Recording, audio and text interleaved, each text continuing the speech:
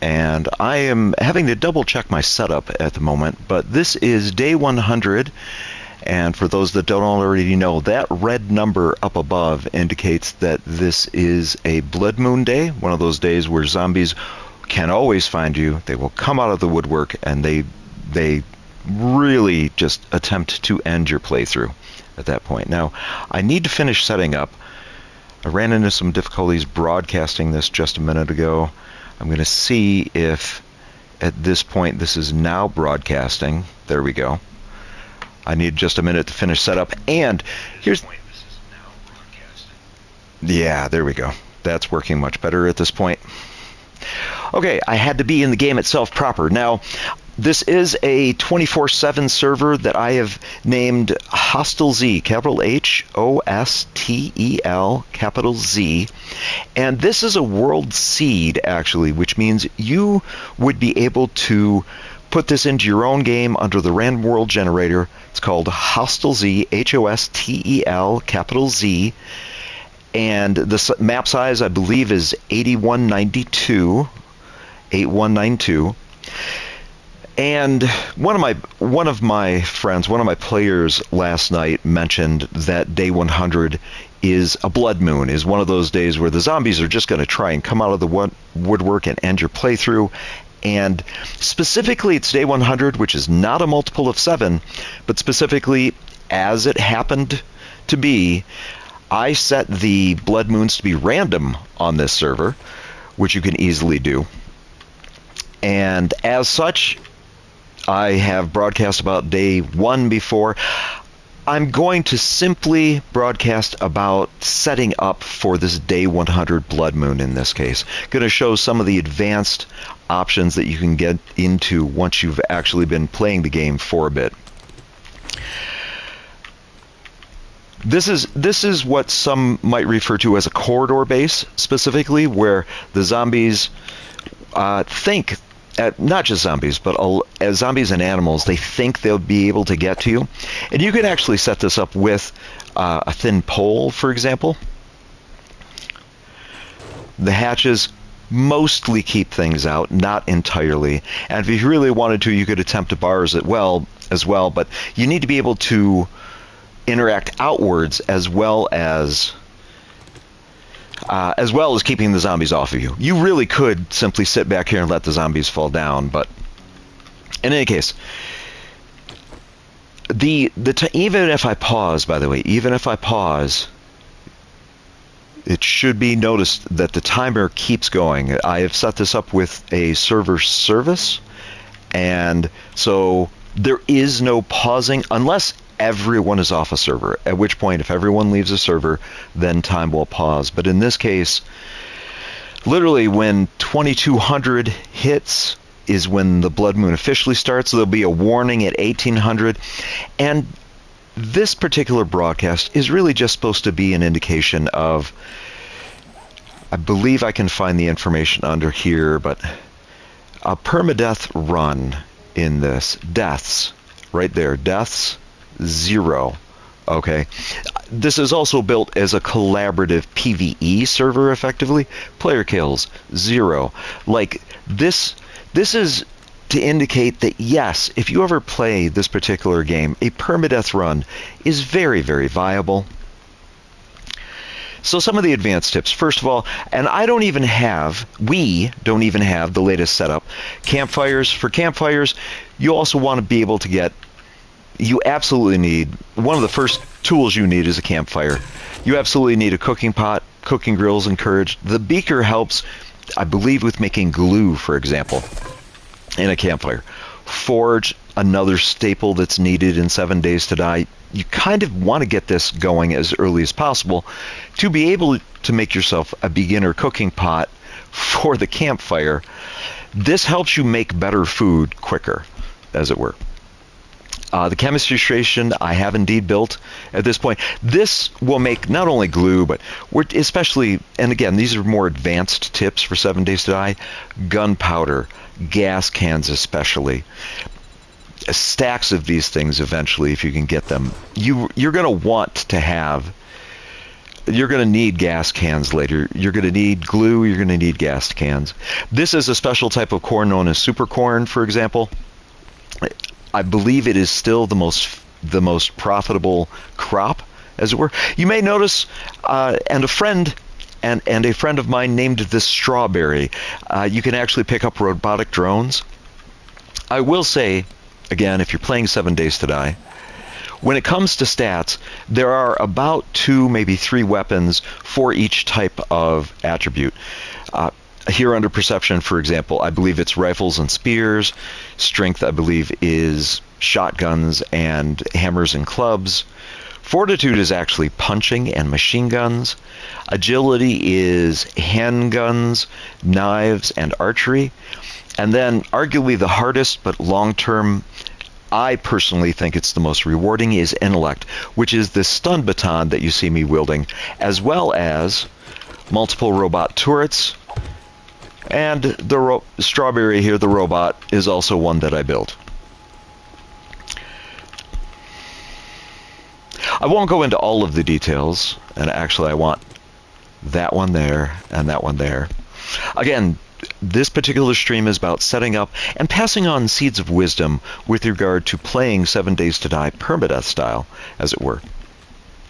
But strawberry, once you can get, and you don't have to go intelligence to get access to these robotic drones. Eventually, if you make it far enough in 7 Days to Die, the vendors, they start selling these robotic turrets. They start selling these robotic drones. I still strongly recommend that at very early on, you pick a particular stat, you specialize in the weapons of that stat, you max out all of the skills in that stat that you like.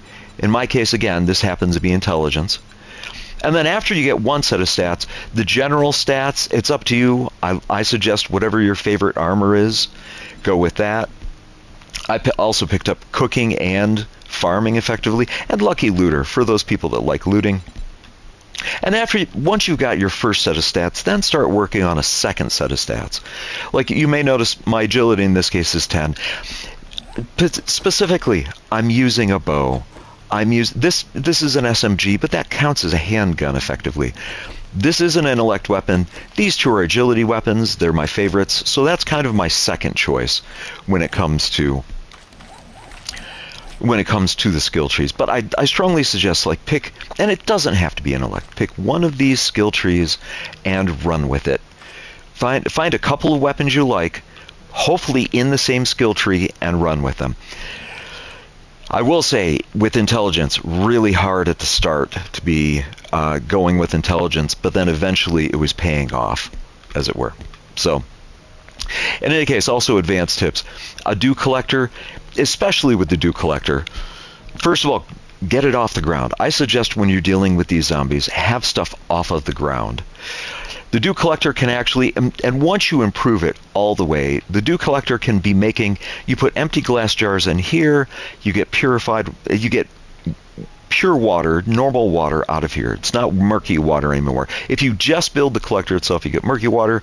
Over here, once you have the purifier especially, at that point you can be getting just water out of it. Another advanced tip, electricity. And actually, let me build something to be standing on in this case. Okay. There tend to be 3 sources of electricity. Now, with this being a blood moon, the first source of electricity is, and electrical wiring in this has to be linear, and what I mean by that is it has to flow in one direction. Unlike regular electricity, this is linear. It looks like it's going to storm soon. In any case, I suggest starting with a battery bank, even if you only have one battery in here. Each connection that you have, and I build this away. It's raining at this point. I may have to run back into the base soon.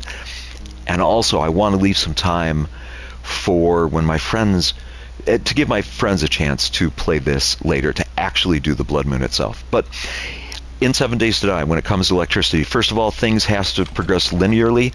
With this wire tool, you can actually see the linear direction that electricity flows in.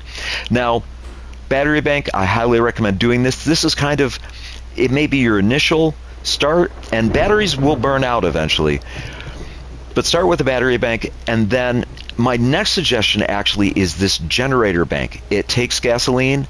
You can start it with just one engine. And for blood moons, arguably, this is me connecting it up so that now the generator is supplying electricity. If for some reason the generator goes out, the battery bank is the backup, and this is electricity that powers right over to the base. The third thing that I like using as a more passive when it's not needed is a solar bank. This does not require any fuel gathering. This needs to be outside, arguably, on that, but three ways to generate electricity: battery bank, generator, and solar bank. I suggest setting them up in that order as well. And when it comes to the battery bank, if it's not obvious, you can't have the generator and the solar bank hooked up at the same time, but you can have the battery bank. So in this case, when you don't have high energy demands, my suggestion is solar bank to battery to your base. When you do have high demands, like a blood moon, generator to burn fuel, generator to battery bank to the base. I'll actually pull out the motorcycle in a minute. And actually, I'm going to have not just coffee, some blackstrap coffee. It's got that secret ingredient of gunpowder in the game. Okay, with the wiring tool, if you're not on the wiring tool, this wiring is invisible. And by the way, I've had zombies take out these poles before. I strongly recommend make these as strong as you can. But basically, it needs to go in a linear fashion, and very specifically for this blood moon, for this corridor. And the idea behind the corridor bases is that if you build a corridor where the zombies pathing believes it can get to you, the zombies they'll come running up. I need to not touch that. Those are electrical wiring at the moment.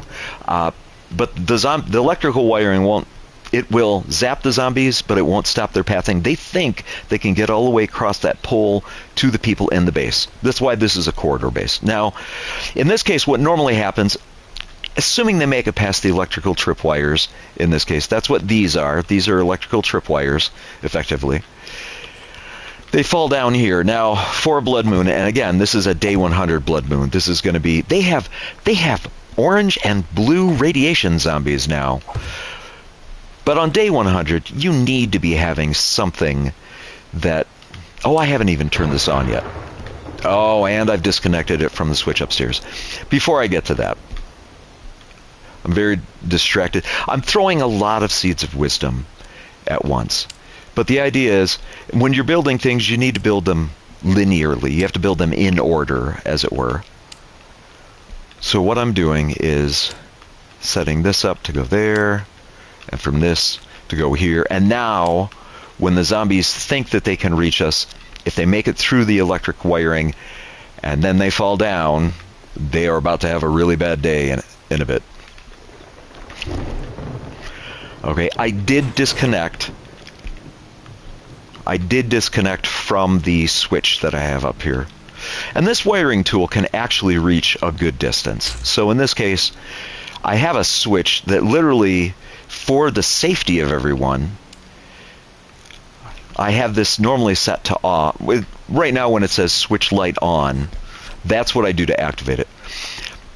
Also, earlier on in your game, if you do keep a base like this, I strongly recommend, there are zombie birds in this game, and bees these days, and it doesn't have to be the shotgun turrets. There are also SMG turrets.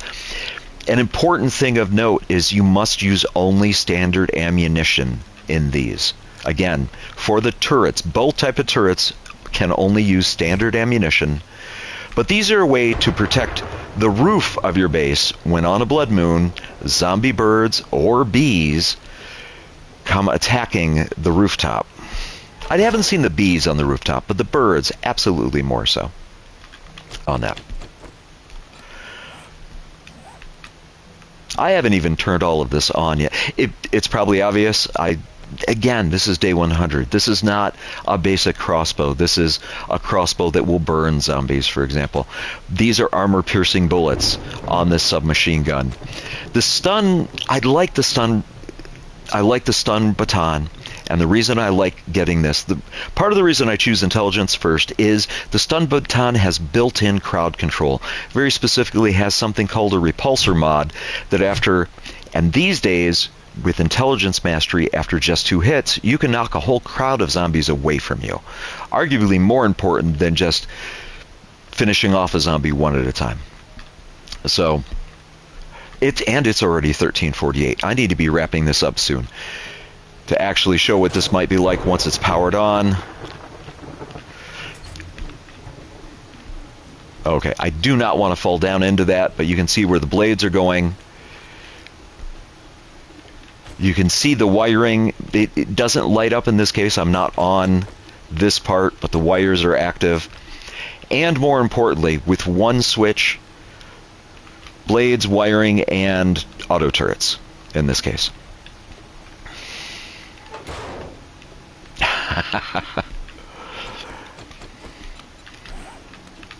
Okay, so that part is ready to go. Vehicles. I actually gave one of my friends the 4x4 truck that is available in the game. Eventually, you do want vehicles. In this case, I've added an extra seat to the motorcycle for getting around.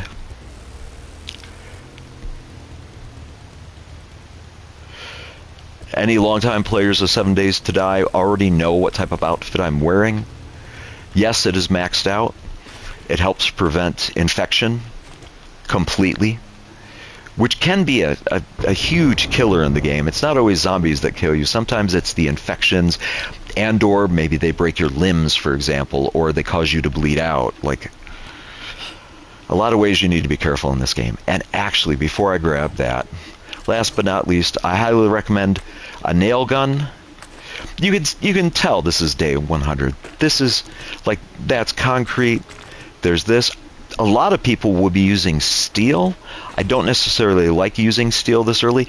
We have so many crates in this case. Multiple types of ammunition. Too much. Oh my gosh, I need to go through that box at this point as well. Okay. For a day 100 blood moon, for example, I highly recommend, by day 100, I highly recommend you have an electrical system set up. Oh, and look at that, the rain's already gone. During the blood moon, I highly recommend have first aid kits ready. Have a repair tool ready. In this case, the nail gun. I consider it one of the best repair tools. Have your mode of transportation ready in case your base completely collapses and you need to get out of there quickly.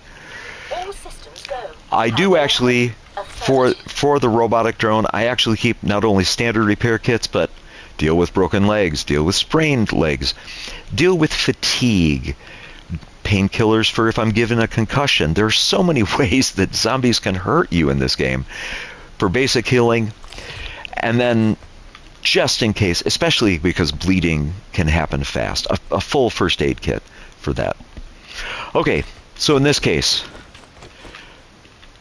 day 100 blood moon on a random day, because the blood moons have been randomized. Wish my friends luck, wish me luck. This is about as ready as it can be, and I still need to leave time to be able to contact my friends to say, hey, as it turns out, with our random blood moons, day 100, just as it happened to play out, day 100 is a blood moon. Also a good time to stream for those of you that may be interested in playing something like this. Again, a permadeath run, very viable in this game. With that, again, my name is, I go by Elder Games Master both online, at conventions. My name is James. Hopefully this has given you some seeds of wisdom, some advanced seeds of wisdom for if you've been playing 7 Days to Die for a while, on ways to get yourself set up to last a long time. May your week, actually it's the weekend already, may your weekend be going well. May your weekend go well. Find your inspirations.